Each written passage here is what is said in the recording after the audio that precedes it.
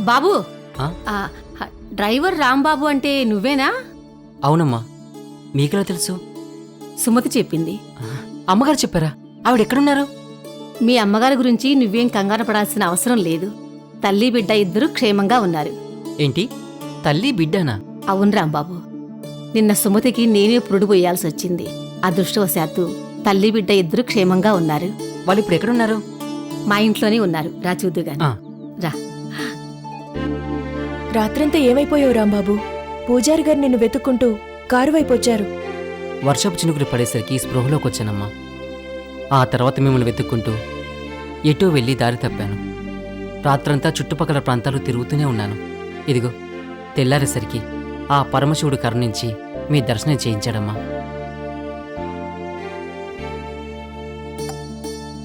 అమ్మా, ఈ శుభవార్త నేను ఇప్పుడే పెద్దయ్య గారికి చిన్నయ్య గారికి అందజేస్తాను. ఉమ్,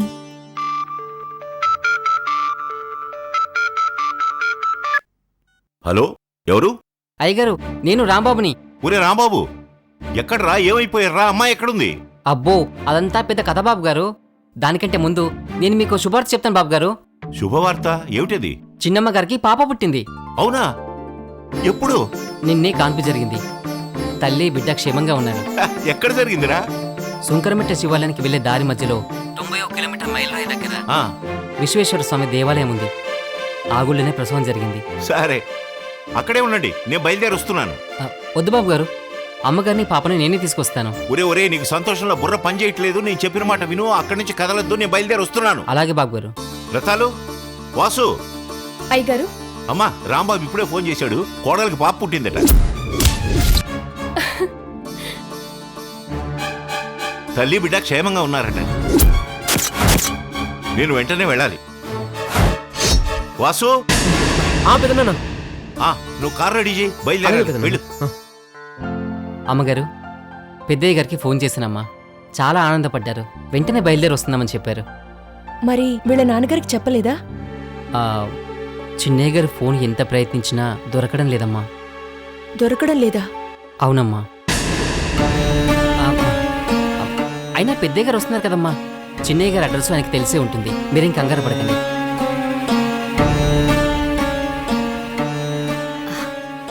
అవునమ్మా, ఎందుకలా గాబరపడతావు? నువ్వు అసలే పచ్చి బాలింత్రాలివి. నువ్వు నిశ్చింతగా ఉండాలి. మీ ఆయన రాకుండా ఉంటారా? పాపను ముద్దాడకుండా ఉంటారా? చెప్పు.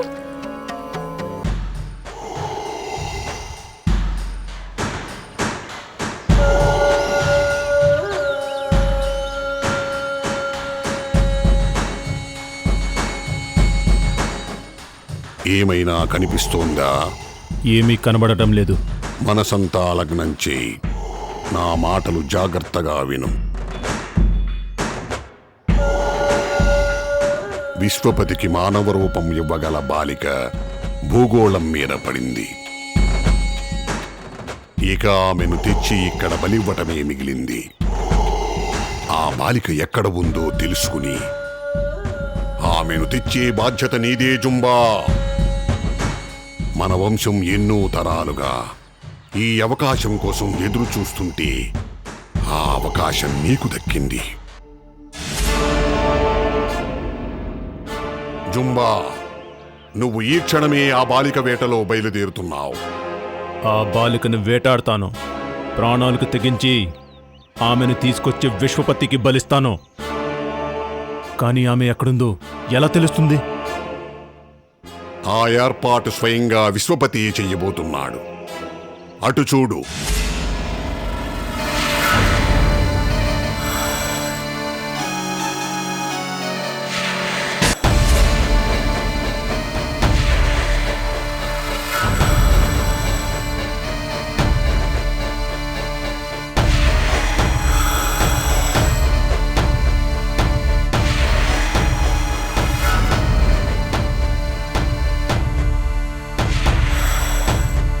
జుంబా, ఆ పామును తీసి బుట్టలో పెట్టుకో. భయపడకు, ఆ పాము నిన్నేమీ చెయ్యదు. ఇది విశ్వపతి పంపిన పాము.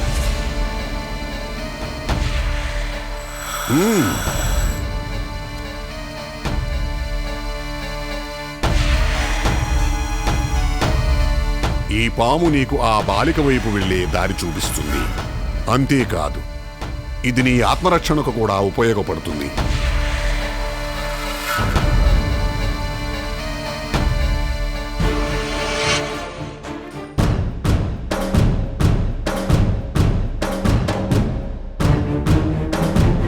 జుంబా, వెళ్ళిరా.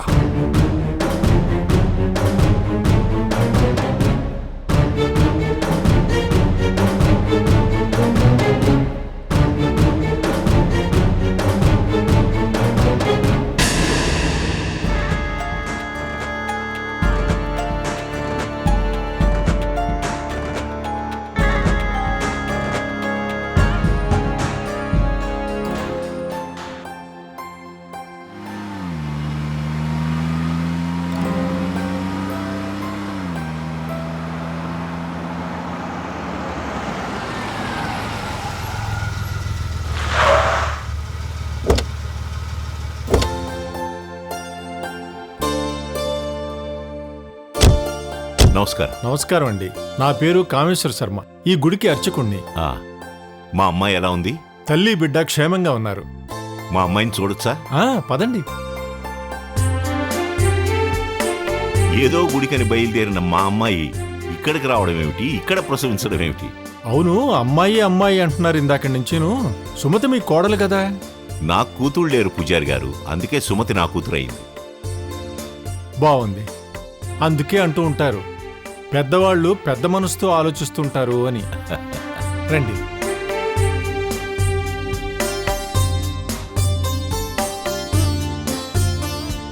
ఇదే మా ఇల్లు.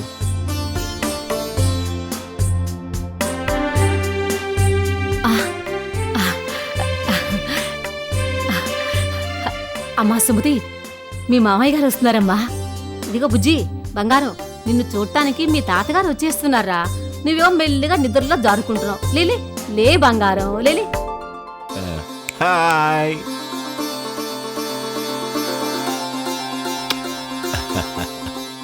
నీ ఆరోగ్యం ఎలా ఉందమ్మా? ఎరా, తాతయ్య దగ్గర లేకుండా, నాన్న దగ్గర లేకుండా దైవ సాన్నిధ్యంలో పుట్టేశావా? ఆయన రాలేదా మావయ్య? వాడు ఇంకా ఇంటికి రాలేదమ్మా. ఆయనకి విషయం చెప్పారా? ఫోన్ కలవట్లేదు. అంటే కంగారు పడకమ్మా, ఎక్కడో దారిలో వస్తూనే ఉంటాడు.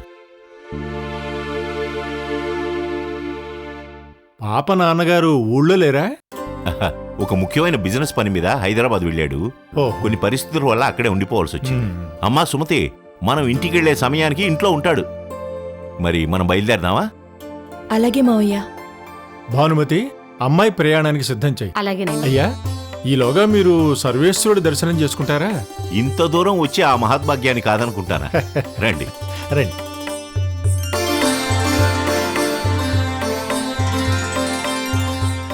ఎన్నో ఏళ్లుగా ఎదురు చూస్తున్న మా ఇంటికి మహాలక్ష్మిని ప్రసాదించావు. మా కుటుంబం అంతా సంతోషంగా ఉండేలా ఏ ఆటంకాలు రాకుండా నువ్వే కాపాడు స్వామి.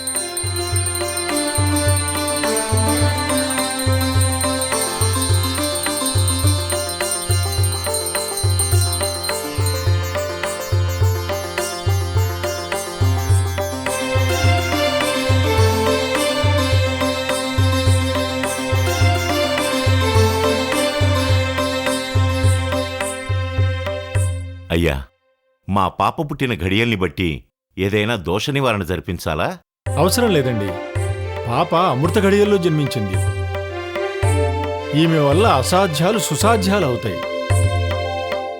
పైగా ఇది మామూలు శివాలయం కాదు. శివ కుటుంబం అంతా భార్యలతో సహా ఒకే చోట ప్రతిష్ఠింపబడిన ఏకైక దేవాలయం. సిద్ధి బుద్ధి సమేత విఘ్నేశ్వరుడు, శ్రీవల్లి దేవసేన సమేత సుబ్రహ్మణ్యేశ్వర స్వామి, శివ పంచాయతనం అంటే శివ, గణపతి, అంబిక, విష్ణు, సూర్యుడు. ఇక త్రిశక్తి పీఠం మహాలక్ష్మి, రాజరాజేశ్వరి దేవి, సరస్వతీదేవి, అయ్యప్ప స్వామి, సంతోషిమాత, షిరిడి సాయిబాబా, సంతాన పంచముఖ నాగేంద్ర స్వామి, మరో పక్క రామభక్తుడైన అభయాంజనేయ స్వామి, 35 అడుగుల ఎత్తునున్న పంచముఖ ఆంజనేయ స్వామి, ఇంతమంది దేవుళ్ళు ఒకే చోట ఉన్న దేవాలయంలో జన్మించిన మీ మనవరాలు నిజంగా కారణజన్మురాలే.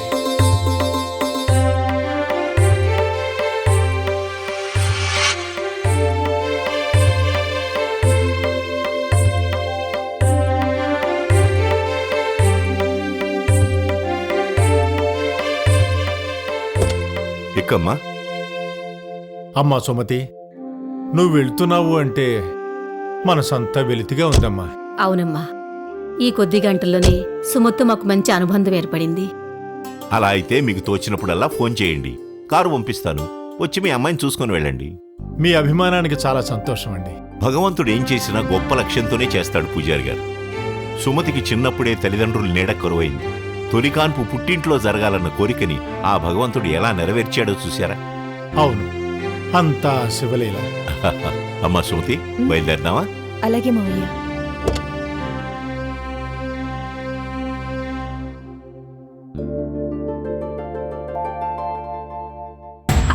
అమ్మా అమ్మమ్మ, ఆగండమ్మా, తలుపు తీయండమ్మా. అమ్మా, ఒక్క నిమిషం అమ్మా, ముఖ్యమైనది మర్చిపోయాను. నువ్వు ఇక్కడే ఉండమ్మా, నువ్వు దిక్కు, నేను ఇప్పుడే వస్తాను.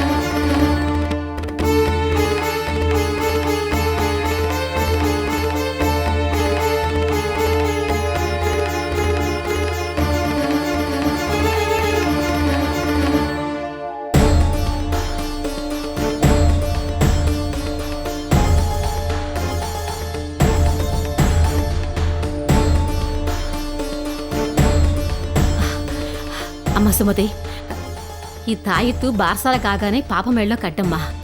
ఇది ఎంతో మహిమగల తాయెత్తు. ఈ తాయెత్తు పాప ఒంటి మీద ఉన్నంత కాలం ఏ దుష్టశక్తి, ఏ నరదృష్టి పాపను తాకలేవు. పాప కట్టమ్మా, మర్చిపోకుండా.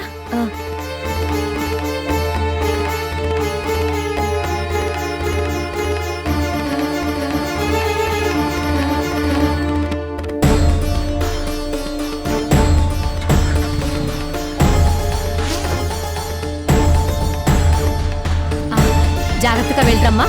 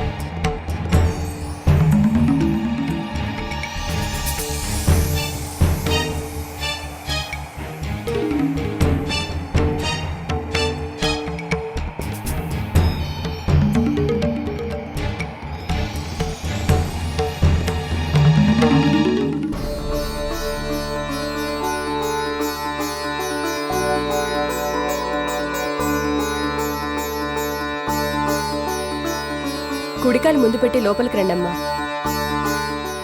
వెళ్ళి రెస్ట్ తీసుకోమ్మా. కార్తికేయ గురించేగా, నేను వాకప్ చేస్తాను, నువ్వు పద.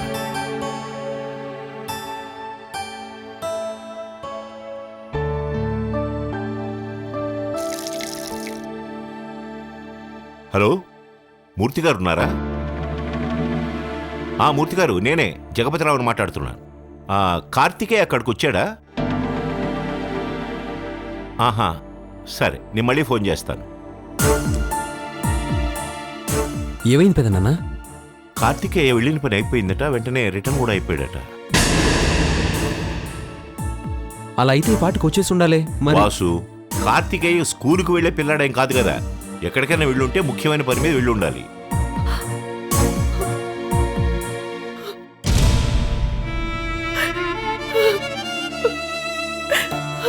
అమ్మా సుమతి, నువ్వేం కంగారు పడకమ్మా. ఒక్క విషయం చెప్పు, వెళ్లే ముందు కార్తికేయ నీతో ఏవైనా చెప్పాడా?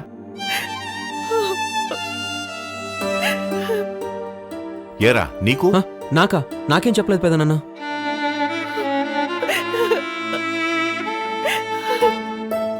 ఏంటో అంత విచిత్రంగా ఉంది.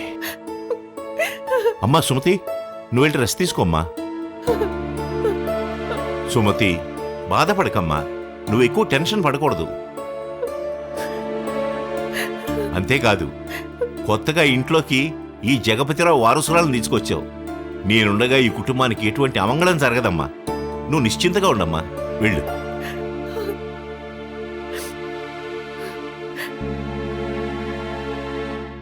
పెదనాన్న, నాకు తెలిసిన వాళ్ళు పోలీస్ డిపార్ట్మెంట్లో ఉన్నారు. కమిషనరే నా ఫ్రెండ్ రా. అలాంటి ప్రయత్నాలేమొద్దు. మరి అన్నయ్య? వాసు, నేను దైవాన్ని నమ్ముతాను, ధర్మాన్ని నమ్ముతాను. కాబట్టి ఏం జరగదు. కార్తికేయ క్షేమంగా తిరిగి వస్తాడు.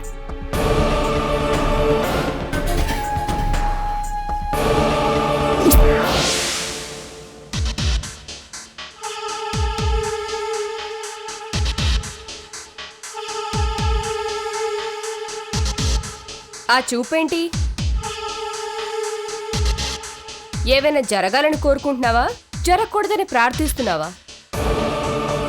జరగాలనే కోరుకుంటున్నాను. కార్తికేయ కాదు, నీకు.